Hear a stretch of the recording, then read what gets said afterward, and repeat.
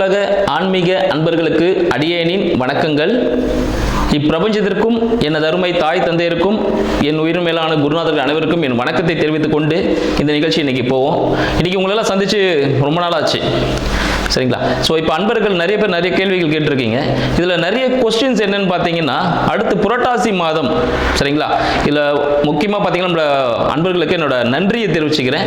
என்னன்னு பார்த்தீங்கன்னா, கடந்த மாதம் நிறைய பேர் கால் பண்ணிட்டு நிறைய விஷயங்கள் நடந்தது அப்படின்னு சொல்லியிருந்தீங்க. இது ரொம்ப மகிழ்ச்சியாக இருந்தது. ஏன்னா உங்களோட ஆதரவு தான் எங்களுக்கும் கடவுள் எங்களுக்கு பரிபூர்ணமாக கொடுத்துருக்கிற அந்த விஷயங்களை உங்களால் கொடுக்க முடியுது உங்களுக்கு எல்லாருக்குமே.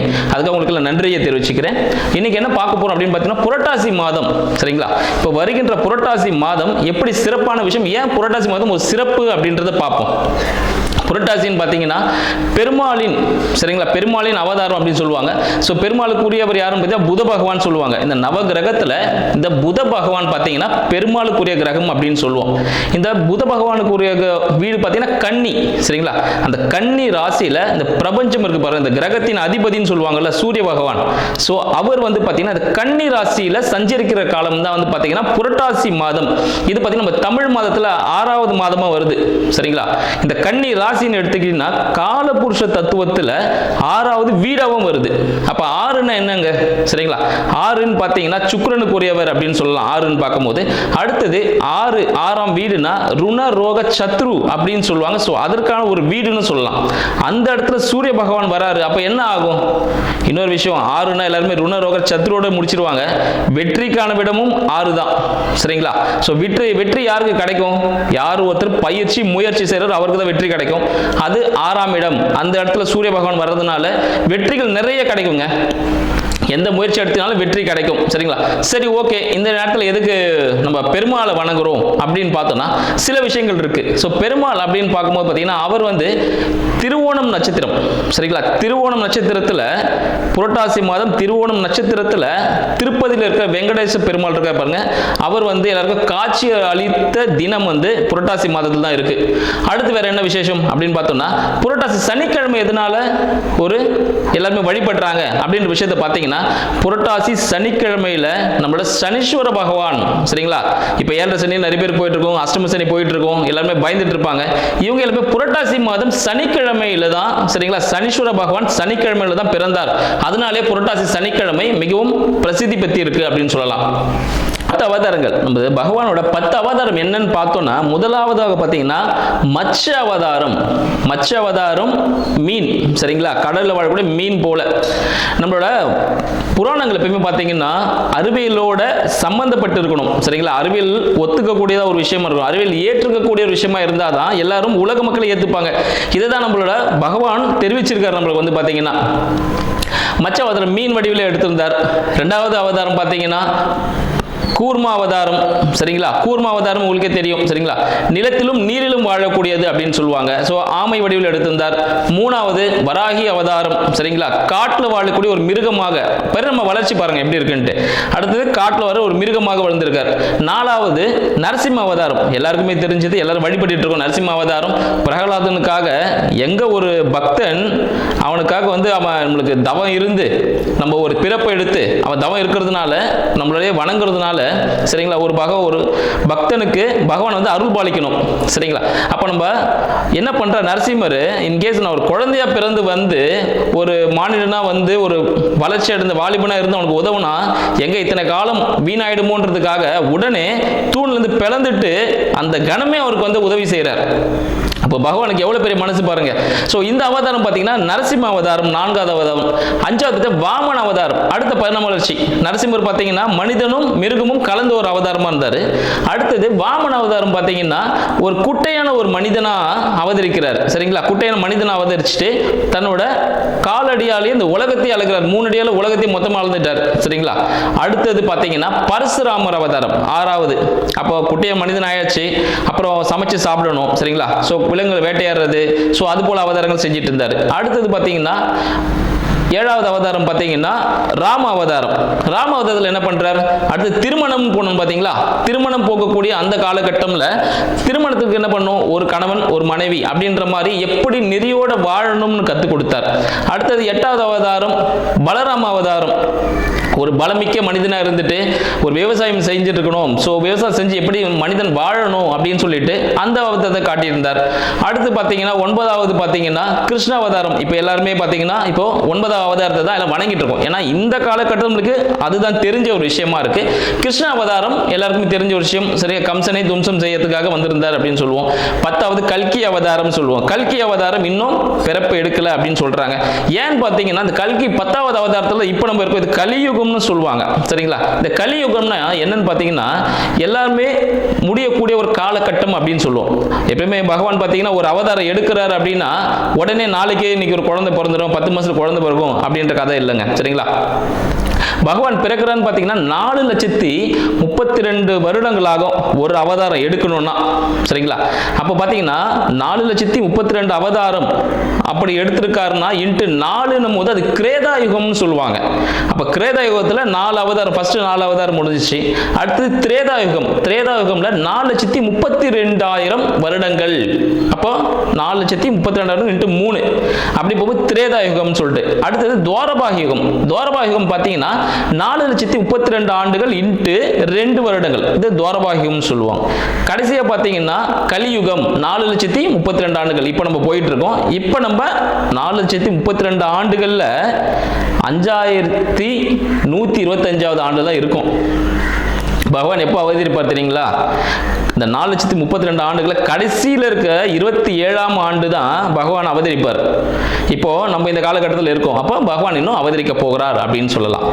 சரிங்களா, இப்போ இந்த கலியுகம்ல தான் வந்து நம்ம எல்லாருமே வாழ்ந்துட்டு இருக்கோம் அப்படின்னு சொல்லுவோம். இந்த கலியுக காலத்துல இப்ப ஏன் பகவான் வந்து பார்த்தீங்கன்னா புரட்டாசி மாதத்துல வணங்குறோம் அப்படின்னா, இந்த சூரிய பகவான் பார்த்தீங்கன்னா கன்னி ராசியில் இருக்கும் போது நீர்நிலைகளில் இருக்க கிருமிகள்லாம் வந்து பார்த்தீங்கன்னா கொஞ்சம் மாற்றம் அடையும் அப்படின்னு சொல்லலாம். அதாவது நீர் சுத்தமாகும்னு சொல்லலாம். இதனால நம்ம வீட்லயே எல்லா பொருட்களும் சமைச்சு சாப்பிடணும். சரிங்களா, இந்த விஷயங்கள். மேலும் இந்த புரட்டாசி மாதத்துல பார்த்தீங்கன்னா சனீஸ்வர பகவான் இந்த சனிக்கிழமையில நம்ம பெருமாளை வணங்குறதுனால சனீஸ்வரனால் வரக்கூடிய அனைத்து துன்பங்களும் நீங்கக்கூடியது. சரிங்களா, அந்த விஷயங்கள்லாம் இருக்கு. சரிங்க, இந்த புரட்டாசி மாதம் அப்படின்னு பண்ணா நம்ம தழு போடுறது அப்படின்னு சொல்லுவோம். சரிங்களா, பகவானுக்கு படையல் வைக்கிறது.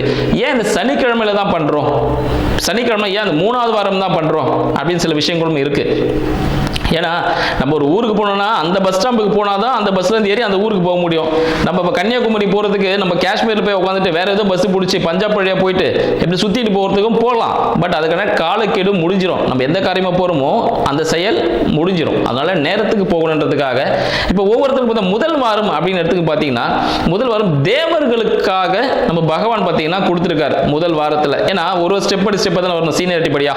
ஸோ அப்படி பார்த்தீங்கன்னா முதல் வாரம் தேவர்களுக்காக கொடுத்துருக்கிறார். தேவர்கள் முதல் சனிக்கிழமையில பகவானுக்கு அவர் பிரம்மோற்சவம். சரிங்களா, திருப்பதி பார்த்தீங்கன்னா பிரம்மோற்சவம் நடக்கும் இந்த காலகட்டத்தில். இப்போ பார்த்தீங்கன்னா பிரம்மனே வந்து பெருமாளுக்கு உற்சவம் பண்ணி அவரோட விஸ்வரூப தரிசனம் பார்ப்பாராம்.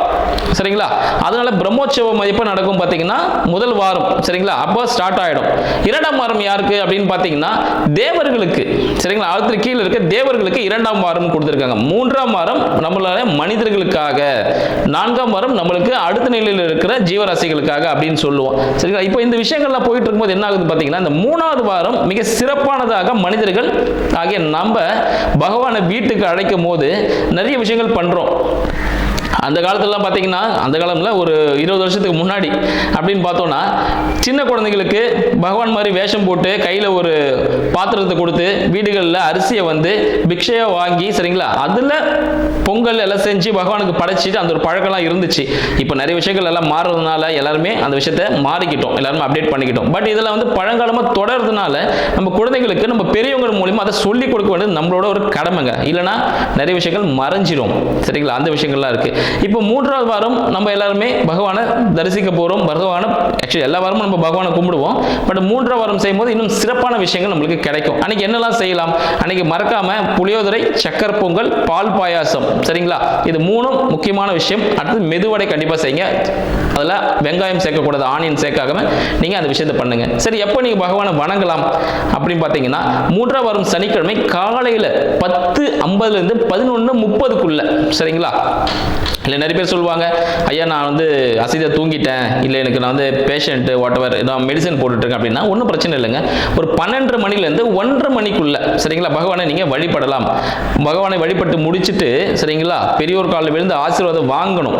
அதே போல் அங்கே வச்ச பிரசாதம் எல்லாமே பார்த்தீங்கன்னா நம்ம சாப்பிட்டு முடிச்சுட்டு மற்றவங்களுக்கு அதை கொடுத்து அதை காலி பண்ண வேஸ்ட் ஆக்கி குப்பையில் எதுவும் போட வேண்டாம் சரிங்களா. இந்த விஷயத்தை கொஞ்சம் கரெக்டாக ஃபாலோ பண்ணோன்னா நமக்கு நிறைய விஷயங்கள் நடந்திருக்கும். இப்போ நீங்கள் எல்லாமே தெரிஞ்சிட்டு இருப்பீங்க இந்த பகவான் பார்த்தீங்கன்னா எதனால புரட்டாசி மாதத்துக்கு இவ்வளவு சிறப்பு இருக்கு அப்படின்னு சொல்லிட்டு எல்லாருக்கும் தெரிஞ்சிருக்கும். இப்போ உங்களோட ராசி பலன்களை பார்ப்போம். ஒவ்வொருத்தருக்கும் புரட்டாசி மாதம் என்ன விதமான ராசிகளை பலன்களை அளிக்கப் போகிறது அப்படின்ற விஷயத்தை நம்ம பார்க்கலாம். சிம்மராசி அன்பர்கள், சிம்மராசி அன்பர்களுக்கு அடியேனின் வணக்கம். புரட்டாசி மாதத்தில் சிம்மராசி அன்பர்களுக்கு எப்படி இருக்க போகுதுன்னு பார்ப்போம்.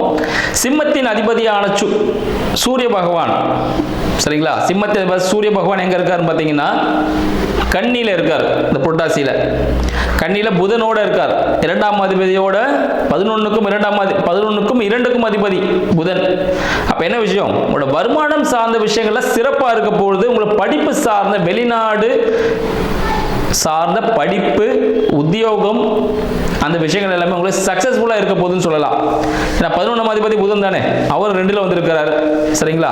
சூரியனும் பார்த்தீங்கன்னா படிப்பு சார்ந்த விஷயம் குடும்பம் குடும்பம் குடும்பம் அப்படின்னு உழைக்கக்கூடியவங்க யாருன்னா இந்த சிம்மராசி அன்பர்களுங்க. ஆனா சிம்மராசி அன்பர்களுக்கு ஒரு கெட்ட பேர் தான் கிடைக்கும். எது செஞ்சாலும் என்ன இவர் இதில் பண்ணுறாரு, 10 வருஷம் பண்ணியிருப்பீங்க, ஒரே ஒரு பண்ண மாட்டேன்னு சொல்லியிருப்பீங்க, அதனால உங்களுக்கு கெட்ட பேர் தான் கிடைக்கும். எவ்வளோ உழைச்சாலும் சரிங்களா அந்த ஒரு சிறிய ஒரு மனக்கசப்பு ஏற்படுற வாய்ப்பு சிம்மராசி அன்பர்களுக்கு. எதனாலன்னு பார்த்தீங்கன்னா உங்களோட வார்த்தையினால சிலத்தை கொடுத்த வார்த்தையை காப்பாற்ற முடியாது சரிங்களா. அதனால் வார்த்தை யாருக்கும் கொடுக்காதீங்க, வாக்கு கொடுக்காதீங்க. அடுத்து பார்த்தீங்கன்னா நீங்கள் சொல்லக்கூடிய சொற்கள் கோபமாக இருக்கும். நல்லதான் சொல்வீங்க, அது கோபமாக சொல்லும் போது என்ன ஆகும், அது தப்பாகவே தோணும் நிறைய பேருக்கு. சிரிச்சுட்டே நீங்கள் கெட்ட விஷயம் சொன்னால் கூட செஞ்சிருவான். ஆனால் கோபமாக நல்லது சொல்லும் போது ஏன்னா அவங்க மேலே இருக்க பாசத்தில் அதை கோபமாக சொன்னதான் செய்வாங்கன்னு சொல்லுவீங்க, அது அவங்களுக்கு தப்பாக தோணும். அதில் வார்த்தையில் மிக மிக கவனம் வேணுங்க சரிங்களா. கவர்மெண்ட் ரிலேட்டடான விஷயங்கள், இந்த டாக்குமெண்டேஷன்ஸ் சரியா, வீடு வண்டி வாகனம் சார்ந்த சரிங்களா டாக்குமெண்டேஷன்ஸ் எல்லாமே உங்களுக்கு சூப்பராக அமையக்கூடிய ஒரு வாய்ப்புகள் உண்டு. இந்த மாதத்தில் உங்களுக்கு வீடுகள் ஏதாவது விற்கணும், வாங்கக்கூடிய அமைப்பு இல்லை புரட்டாசியில், வீடு விற்கணும் அப்படின்னு காத்து கொண்டிருக்கிறீர்கள், இல்லை வண்டி வாகனத்தை விற்கணும் அப்படின்னு நினைச்சீங்கன்னா இந்த மாதத்தில் அதுக்கான அமைப்பு ஏற்படும். ஒரு வருமானம் கிடைக்கக்கூடிய ஒரு அமைப்பு இருக்கு அப்படின்னு சொல்லலாம் சரிங்களா. உங்களோட தாயாரின் உடல்நிலை பாதிப்பு ஏற்படக்கூடிய அமைப்பு சிம்மராசி அன்பர்களுக்கு இந்த காலகட்டத்தில் இருக்கு. மருத்துவ உதவிகள் தேவைப்படும் அப்படின்ற விஷயம் தெரிவிச்சுக்கிறேன். தாயார் உடல்நிலையில் கவனம் தேவை சிம்மராசி அன்பர்களுக்கு சரிங்களா. தாயார் உடல்நிலையில் கவனம் தேவை, தந்தையின் உடல்நலத்திலும் கவனம் தேவை. தந்தை உடல்நிலையும் பார்த்துங்க. முதல் வந்து பார்த்தீங்கன்னா தாயார் தான், அடுத்தது தந்தை, 2 பேர் உடல்நிலையும் கவனம் தேவை சிம்மராசி அன்பர்களுக்கு அப்படின்னு சொல்லலாம். இந்த காலகட்டத்தில் உங்களோட நண்பர்கள் பார்த்தீங்கன்னா அவங்களோட சுய ரூபம் தெரியும் உங்களுக்கு. இந்த காலகட்டத்தில் நண்பர்களுடன் சிறிய வாக்குவாதம் ஏற்படக்கூடிய அமைப்பு, கூட்டு தொழில் சிறிய பிரச்சனைகள் சந்திக்கக்கூடிய ஒரு அமைப்பாக இருக்கும் சரிங்களா. ஸோ இந்த காலகட்டம் பார்த்தீங்கன்னா அவங்களோட சுயரூபம் தெரியும் உங்களுக்கு. நண்பர்கள் யார் எதிரி யார் அப்படின்னு தெரிஞ்சக்கூடிய அமைப்பு இந்த காலகட்டத்தில் சிம்ம ராசி நண்பர்களுக்கு இருக்குன்னு சொல்லலாம். ஏற்கனவே அஷ்டம சனி போயிட்டு இருக்கு சிம்மராசிக்கலாம். ஆல்ரெடி பட்ட பாடு போடாதா அப்படின்னு சொல்லிடுறீங்க, இல்லை இது வேற இருக்கா அப்படின்னு சொல்லிட்டு இயங்கக்கூடிய சிம்மராசி நண்பர்களுக்கு 8ல் இருக்கக்கூடிய சனீஸ்வர பகவான் உங்களுக்கு கெட்டதா செய்வாரான்னு கேட்டீங்கன்னா பயப்பட வேண்டாங்க. எல்லாருக்குமே எல்லா விஷயம் நடந்துடாது. அந்த 2.5 வருஷம் வச்சு தான் செய்ய மாட்டாரு சரிங்களா. அதுக்காக பயப்பட வேண்டாம். குறிப்பிட்ட காலம் சனி தசை நடக்கணும், சனி புத்தி நடக்கணும், அவர் உங்களுக்கு பாதகமான இடத்துல இருக்கிறாரு, அப்பதான் பாதகம் கொடுக்கும். மற்றபடி பார்த்தீங்கன்னா ரொம்ப சின்னது தான். தலைக்கு வந்து தலைப்பாய்கள் போச்சுன்னா பார்த்தீங்களா, அது மாதிரி தான் இருக்கும். அதனால சிம்மராசி அன்பர்கள் சும்மாவே வந்து அஷ்டம சனி பயப்பட வேண்டாம். அதுபோல ஏன்னா எண்ணமே செயலாக மாறக்கூடிய ஒரு அமைப்பு தான் இருக்கு இந்த பிரபஞ்சத்தில். நீங்க என்ன நினைக்கிறீங்களோ அதுதான் மாறும். நீங்க ஒரு சமையல் செய்யும்போது இது சூப்பரா வந்திருக்கு அப்படின்னு சொல்லிட்டு நினைச்சுக்கிட்டே செஞ்சீங்கன்னா உண்மையாக சூப்பராகவே இருக்கும், எல்லாரும் பாராட்டுவாங்க. செய்யும் போது உப்பு அதிகமாக போட்டுட்டணும், காரத்தை கூட்டிட்டணும், இது நல்லா வருமா நல்லா இருக்காது அப்படின்னா அதே அமைப்பில் வந்து சேருவாங்க. எண்ணமே செயலாக மாறக்கூடிய அமைப்பு இருக்கிறதுனால சிம்ம ராசி அன்பர்கள் 8ல் இருக்க சனீஸ்வர பகவான் என்ன பண்ணுவார்னா உங்களோட பிரச்சனைகளின் தீவிரத்தை அதிகப்படுத்துவார். அதாவது ஒரு கோர்ட்டு கேஸ் இருந்தால் அது ஃபைனல் ஸ்டேஜுக்கு ஜட்ஜ்மெண்ட்டுக்கு போகணும்ல, அப்போ அதுக்கு ஒரு பிரச்சனை முடிவுக்கு போகணும்ல, அந்த காலகட்டம் தான் இது. அந்த ஜட்ஜ்மெண்ட் கிடைக்கக்கூடிய ஒரு காலகட்டம் தான். ஸோ ஒரு தீர்ப்பு கிடைக்கும். நீங்கள் நல்லது செஞ்சால் நல்லது கிடைக்கும், கெட்டதுன்னா கெட்டது கிடைக்கும் சரிங்களா. உங்களோட பாவ புண்ணியத்தின் ஏற்ப உங்களோட செயலின் வெளிப்பாடு தான் இந்த மாதம் அப்படின்னு சொல்லலாம். ஏன்னா அதுக்காகவே தீர்ப்புக்காக காத்து கொண்டிருக்கிறீர்கள் அப்படின்னு சொல்லலாம். இந்த காலகட்டத்தில் உங்களோட செயல் விஷயங்கள் எல்லாமே சக்சஸ்ஃபுல்லாக நடக்கக்கூடிய ஒரு அமைப்பு இருக்கனால நீங்க திங்க் பண்றது எல்லாமே, யோசனைகள் எல்லாமே நல்ல விதமாக இருக்கட்டும் அப்படின்னு சொல்றேன். உங்களோட கணவன் மனைவி மூலமாக சரிங்களா ஒரு மறைமுக வருமானம் கிடைக்கக்கூடிய அமைப்பு இந்த சிம்ம ராசி அன்பர்களுக்கு புரட்டாசியில் காத்து கொண்டிருக்கிறதுன்னு சொல்லலாம். மனைவியின் கணவன் மூலமாக மறைமுக வருமானம், இல்ல அவங்களோட சொத்து கிடைக்கலாம், இங்க கணவன் மனைவிக்கு வேலை கிடைக்கலாம், அது மூலமா ஒரு வருமானம் உங்களுக்கு வந்து சேரக்கூடிய ஒரு அமைப்பு இருக்கும். சிறிய பிரச்சனைகளும் அவங்க மூலமா தான் கிடைக்கும் சரிங்களா. வருமானம் மட்டும் இல்ல, சிறிய பிரச்சனைகளும் அவங்க மூலமா நடக்கும். இன்கேஸ் உங்க மனைவியோ கணவனோ ஒரு திடீர்னு ஒரு லாங்கா ஒரு இடம் சரிங்களா, வெளியூர் வெளிநாடு போய் வேலை செஞ்சு வர மாதிரி இருக்கும். அப்போ ஒரு சிறிய பிரிவு ஒன்று ஏற்படும். வெளியூர் வெளிநாடு போய் பண்ணும்போது பிரிவு ஏற்படும். ஒரு வாரத்துக்கு ஒரு வாட்டி தான் வருவார், ஒரு மாசத்துக்கு ஒரு வாட்டி தான் வருவார். இது போல அமைப்புகள் ஏற்படும். கடல் தாண்டி வாணிபம் செய்யக்கூடிய, இம்போர்ட் எக்ஸ்போர்ட்ல செய்யக்கூடிய அமைப்பு இந்த காலகட்டத்தில் சிம்மராசி அன்பர்களுக்கு காத்து கொண்டிருக்கிறது. நல்ல விஷயம் தானே. அப்ப கடல் கடந்து நீங்க வியாபாரம் செய்யலாமே, அது நல்ல ப்ராஃபிட் கொடுக்குமே சரிங்களா. இதுக்காக 11 இருக்க குரு பகவான் உங்களுக்கு ரொம்ப சாதகமா இருந்துட்டு இருக்காரு. ஸோ சக்சஸ்ஃபுல்லான விஷயங்கள் உங்களுக்கு கிடைக்கான வாய்ப்புகள் உண்டு. 2ஆம் திருமணத்திற்காக வெயிட் பண்றவங்க இன்னும் ஒரு மாசம் வெயிட் பண்ணுங்க சரிங்களா. புரட்டாசியில் 2ஆம் திருமணம் அமைப்பு அந்த அளவுக்கு சரியில்லை அப்படின்னு சொல்லலாம் சரிங்களா. அதனால 2ஆம் திருமணத்திற்கு இப்ப நீங்க எதுவும் பண்ண வேண்டாம், சும்மா சைலண்டா விட்டுருங்க. அடுத்த மாசம் பார்த்துப்போம். ஏன்னா எந்த விஷயத்தை எப்போ பண்ணணும்னு இருக்கு, அந்த விஷயத்தை அந்த காலகட்டத்தில் பண்ணும்போது உங்களுக்கு சக்சஸ் கொடுக்கும் அப்படின்னு சொல்லலாம். சரி, சிம்மராசி அன்பர்கள் யாரை வழிபாடு செய்யலாம் அப்படின்னு பார்த்தோம்னா, சிம்மராசி அன்பர்கள் பெருமாள் வழிபாடு செய்வது மிக சிறப்பான விஷயமாகும் சரிங்களா. சனிக்கிழமை பெருமாள் வழிபாடு பண்ணுங்க. துளசி கொண்டு அவரை வழிபடும் போது சக்சஸ்ஃபுல்லாக நடக்கும் எல்லா விஷயமும். துளசி முக்கியம். சிம்ம ராசிக்கு துளசி மிக முக்கியமான ஒரு அமைப்பாக ஏற்படுது. இந்த துளசியை கொண்டு நீங்க பெருமாள் வழிபாடு செய்து வாருங்கள், கண்டிப்பா இருக்கும். வீட்டில் துளசி தீர்த்தம் வைங்க. தினமும் பெருமாள் படம் கிட்ட துளசி தீர்த்தம் வச்சு வழிபடும் போது உங்களுக்கு மிக சக்சஸ்ஃபுல்லான ஒரு அமைப்பு இந்த சிம்ம ராசி அன்பர்களுக்கு இந்த காலகட்டத்தில் ஏற்படும் அப்படின்னு சொல்லிக்கலாம். மேலும் சில நிகழ்ச்சிகளில் உங்களை அடுத்த சில விஷயங்களை சந்திக்கிறேன். நன்றி, வணக்கம்.